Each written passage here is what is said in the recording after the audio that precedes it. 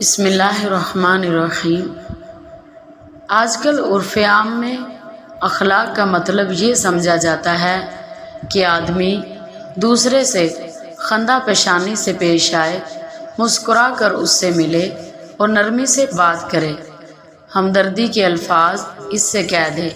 بس اسی کو اخلاق سمجھا جاتا ہے۔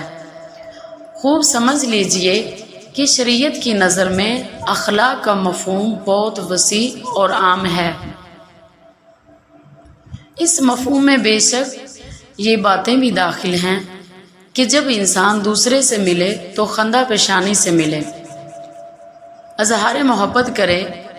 اور اس کے چہرے پر ملاقات کے وقت بشاشت ہو، نرمی کے ساتھ گفتگو کرے۔ لیکن اخلاق صرف اسی طرز عمل میں منحصر نہیں ہے، بلکہ اخلاق در حقیقت دل کی کیفیات کا نام ہے۔ دل میں جو جذبات اٹھتے ہیں اور جو خواہشات دل میں پیدا ہوتی ہیں، ان کا نام اخلاق ہے۔ پھر اچھے اخلاق کے معنی یہ ہیں کہ انسان کے جذبات میں اچھی اور خوشگوار باتیں پیدا ہوتی ہوں، اور برے اخلاق کے معنی یہ ہیں کہ اس کے دل میں خراب جذبات اور غلط خواہشات پیدا ہوتی ہوں۔ اللہ تعالیٰ نے آپ صلی اللہ علیہ وسلم کی ایک اہم صفت بیان کرتے ہوئے فرمایا، وَإِنَّكَ لَعَلَىٰ خُلُقٍ عَظِيمٍ، اور بے شک آپ صلی اللہ علیہ وسلم اخلاق کے اعلیٰ پیمانے پر ہیں۔ اس آیت میں اللہ تعالیٰ نے دین اسلام، شریعت مطہرہ اور قرآنی تعلیمات کو خلق عظیم فرمایا ہے۔ گویا نبی پاک صلی اللہ علیہ وسلم قرآن کریم کی ایک ایک آیت کا عملی نمونہ ہیں۔ حضرت ابن عباس رضی اللہ عنہ نے فرمایا کہ خلق سے مراد دین عظیم ہے، کہ اللہ کے نزدیک دین اسلام سے زیادہ کوئی محبوب دین نہیں ہے۔ حضرت عائشہ رضی اللہ عنہا نے فرمایا کہ آپ کا خلق خود قرآن ہے، یعنی قرآن کریم جن اعلیٰ اعمال و اخلاق کی تعلیم دیتا ہے، آپ ان سب کا عملی نمونہ ہیں۔ آپ صلی اللہ علیہ وسلم لوگوں میں سب سے زیادہ بردبار، سب سے زیادہ بہادر، سب سے زیادہ انصاف پسند، سب سے زیادہ پاک دامن اور سب سے زیادہ سخی تھے۔ یہاں تک کہ کوئی رات ایسی نہیں آتی جس میں آپ صلی اللہ علیہ وسلم کے پاس کوئی درہم دینار بچتا ہو۔ رات آنے سے پہلے ہی سب خرچ کر ڈالتے تھے، اور اگر کبھی کچھ درہم یا دینار بچ جاتا اور اسی حالت میں رات آ جاتی تو آپ صلی اللہ علیہ وسلم اس وقت تک گھر تشریف نہ لے جاتے جب تک اسے کسی ضرورت مند کو دے کر فارغ نہ ہو جاتے۔ آپ صلی اللہ علیہ وسلم اتنے باحیا تھے کہ اپنی نظریں کسی چہرے پر نہیں جماتے تھے، خود ہی اپنا نال مبارک سی لیتے، کپڑوں میں پوند خود ہی لگا لیا کرتے، گھریلو کام کاج میں بیویوں کا تعاون فرماتے، غلام اور آزاد سب کی دعوت قبول فرماتے،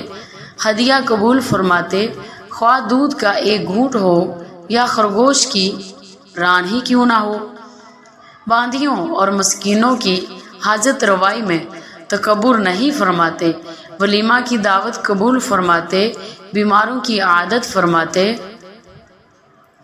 جنازوں میں شریک ہوتے، فقراء کے ساتھ بیٹھتے، مسکینوں کے ساتھ کھانا تناول فرماتے، مزاح فرماتے لیکن سچ بولتے، ہنستے لیکن کہکا نہ لگاتے، بااخلاق لوگوں کی عزت کرتے، کسی پر ظلم نہ کرتے، معذرت خواہ کا عذر قبول فرماتے، کسی کو حقیر نہ جانتے اور نہ ہی کسی پر برتری اختیار فرماتے۔ خلاصہ یہ کہ اللہ تعالیٰ نے آپ صلی اللہ علیہ وسلم کی ذات اقدس میں تمام محاسن اور خوبیاں جمع کر دی تھی۔ نبی پاک صلی اللہ علیہ وسلم کے نزدیک حسن اخلاق کی اتنی اہمیت تھی کہ اپنے لیے حسن اخلاق کی دعائیں کیا کرتے تھے۔ آپ صلی اللہ علیہ وسلم دعا فرماتے کہ اے اللہ، تو نے میری بناوٹ کو سنوارا ہے، تو میرے اخلاق بھی سنوار دے، اور بد خلقی سے بچنے کی بھی توفیق مانگتے تھے، اور یہ دعا کرتے اللہم انی اعوذ بک من منکرات الاخلاق والاعمال والاہواء۔ اے اللہ، میں آپ کی پناہ مانگتا ہوں برے اخلاق، برے اعمال اور بری خواہشات سے۔ جب آپ صلی اللہ علیہ وسلم نے دعوت و تبلیغ کے لیے طائف کا سفر کیا اور وہاں کے سرداروں کو توحید کی دعوت دی تو وہ لوگ بڑی بے رخی اور ذلت کے ساتھ پیش آئے۔ پھر آپ صلی اللہ علیہ وسلم نے